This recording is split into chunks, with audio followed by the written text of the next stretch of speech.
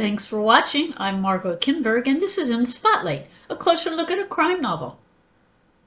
When you think of classic fiction, you might be thinking of those great books that appear in lists people should read, or books perhaps that you had to read in school. But there are plenty of classic novels that arguably are also crime novels. Let's look at one of them today and turn the spotlight on John Steinbeck's Of Mice and Men. In case you haven't read it or haven't read it in a long time, the story begins as two migrant workers, George Milton and Lenny Small, are on their way to a ranch where they found work as laborers.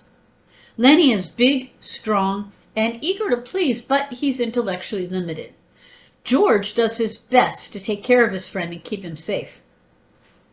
The two of them, especially Lenny, have dreams of buying their own place, and George feeds Lenny's dream by telling him stories of how things will be when they do.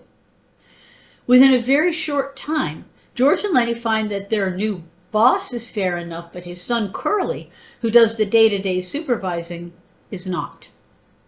Curly is abusive, violent, and more, and he takes a dislike to the new ranch hands. It doesn't help matters at all that Curly's wife is flirtatious and that Curly is a jealous man. As the story goes on, we learn that George and Lenny had to leave their last job because Lenny was accused of improper conduct towards a young woman. He says he just wanted to touch her dress because it was soft. She made other accusations, though, and they had to leave. And now history seems to be repeating itself. Curly's wife flirts with Lenny, who isn't capable of understanding her advances for what they are. From his perspective, she's just being nice to him. George tries to run interference. He tells Lenny to have nothing to do with Curly's wife, and Lenny promises he won't. But George can't be there all the time. And if Curly finds out, he isn't likely to listen to George and Lenny's side of things. There are other undercurrents of tension, too, as the ranch hands endure Curly's behavior. It all ends in terrible tragedy that seems almost inevitable.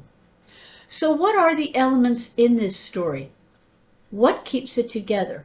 Well, a lot's been written about the story and by Steinbeck scholars who know a lot more than I do about Steinbeck's life and work. There are, for instance, elements like racism and classism. Lenny and George and the other workers are very much at the mercy of Curly and his father. There's sexism, too. Curly's wife doesn't even have a name. But I'd like to focus on the elements that arguably make this a crime novel. For one thing, there are the tragedies that fall out from the action in the novel. Those are certainly crimes. I can't say much more about them in case you haven't read the novel or in case you haven't read it in a very long time. But they're definitely there, and they fall out in part from the social structure of the time. It's more than just that, though.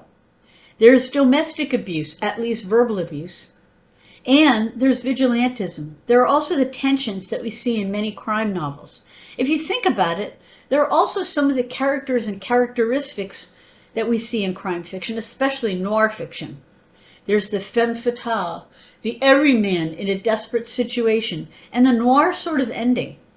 Of course, Of Mice and Men is a literary story, too, that depicts the lives of migrant farm workers during the Great Depression.